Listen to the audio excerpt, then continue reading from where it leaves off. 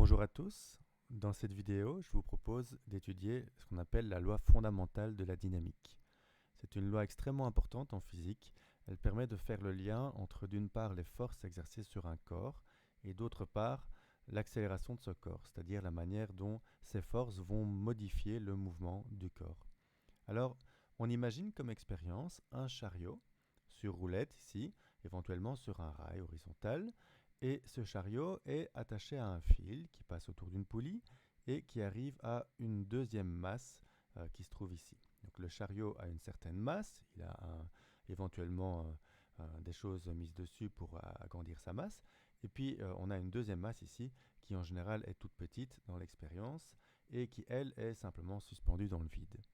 Alors si on prend l'ensemble chariot plus fil plus petite masse, on peut considérer que cet ensemble subit un certain nombre de forces et a une certaine accélération.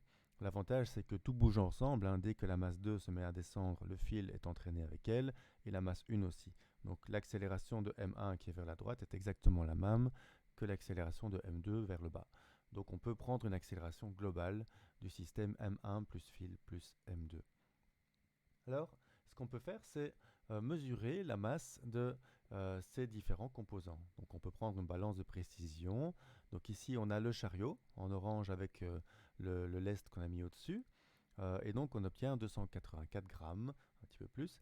Et puis, on fait la même chose pour la petite masse qu'on met là. Donc, ça, c'est le tout petit composant qu'on voit ici, qui fait un peu plus de 5 grammes. Le fil est de masse négligeable, donc on ne l'a pas pesé.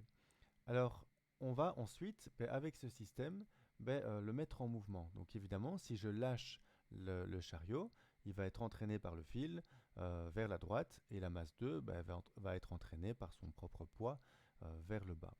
Donc c'est ce qu'on fait. Et alors pour mesurer l'accélération du chariot, on utilise un système d'un capteur qu'on trouve ici. Alors le capteur, en fait, il va envoyer des ultrasons vers l'objet. Les ultrasons vont revenir jusqu'au capteur et le temps pour faire l'aller-retour va être mesuré par le capteur et ça lui permet de déterminer la distance. Alors lui, il fait ça un certain nombre de fois par seconde, il fait ça très très vite et donc on peut comme ça au cours du temps voir la position du chariot.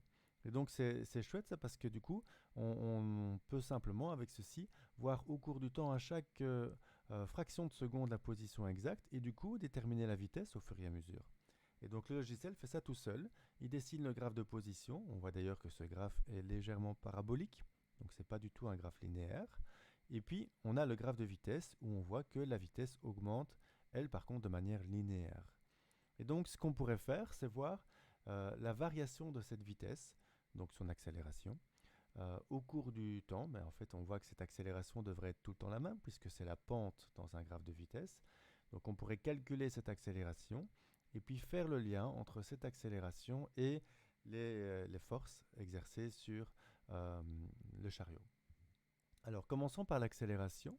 Donc il faut se rappeler que l'accélération, c'est la variation de vitesse divisée par la variation de temps entre deux moments choisis.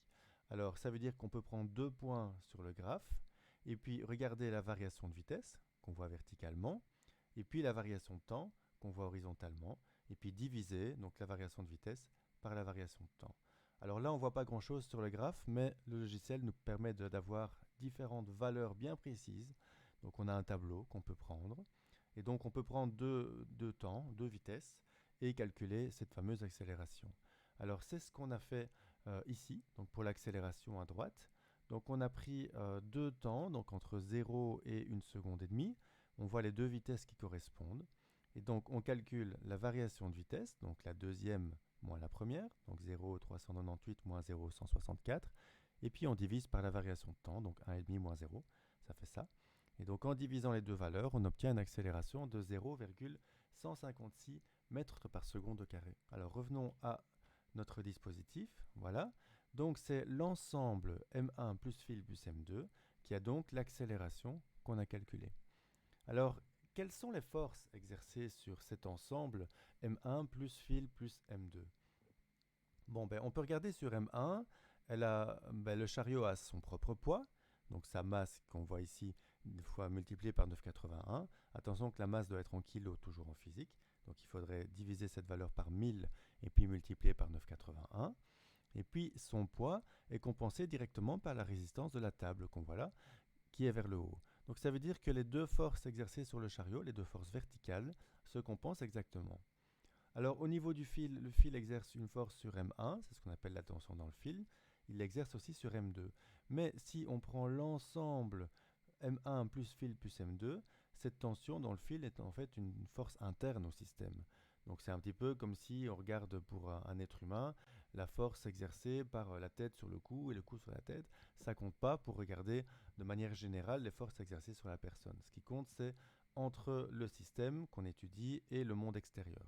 Donc en l'occurrence ici, on oublie la tension dans le fil et donc on ne s'intéresse que aux forces exercées donc par le monde extérieur sur notre système. Donc on avait ici donc le poids et la résistance de la table qui s'annulaient. Et puis sur M2, par contre, là on a le poids qui est vers le bas et qui est annulé par rien du tout. Enfin, il y a la tension dans le fil toujours, mais ça c'est une force interne. Donc ça veut dire que notre ensemble M1 fil plus M2 en fait ne subit au global qu'une seule force qui est le poids de M2.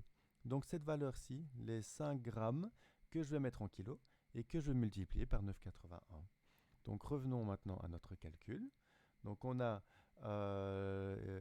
ici, voilà, donc M2 fois G, donc la valeur des 5 grammes que je mets en kilos, que je multiplie par 9,81, j'obtiens cette force-ci, donc 0,0511 newtons.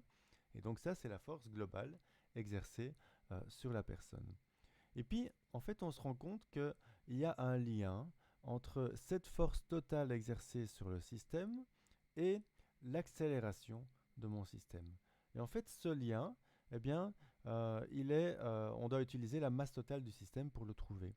En fait, si je calcule la masse totale du système, c'est-à-dire la masse de la petite pièce qui tombait verticalement et la masse du chariot, donc la somme des deux, ça fait ça, en fait, on se rend compte que la force exercée sur le système, ou en tout cas la résultante des forces, est égale à cette masse totale fois l'accélération. En tout cas, plus ou moins, il y a toujours des petites erreurs expérimentales près.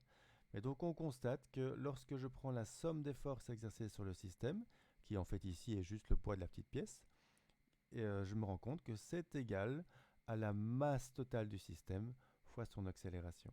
Donc ça, c'est une loi extrêmement importante en physique, c'est la loi fondamentale de la dynamique, qui nous dit que la somme des forces exercées sur un corps est égale à sa masse fois son accélération.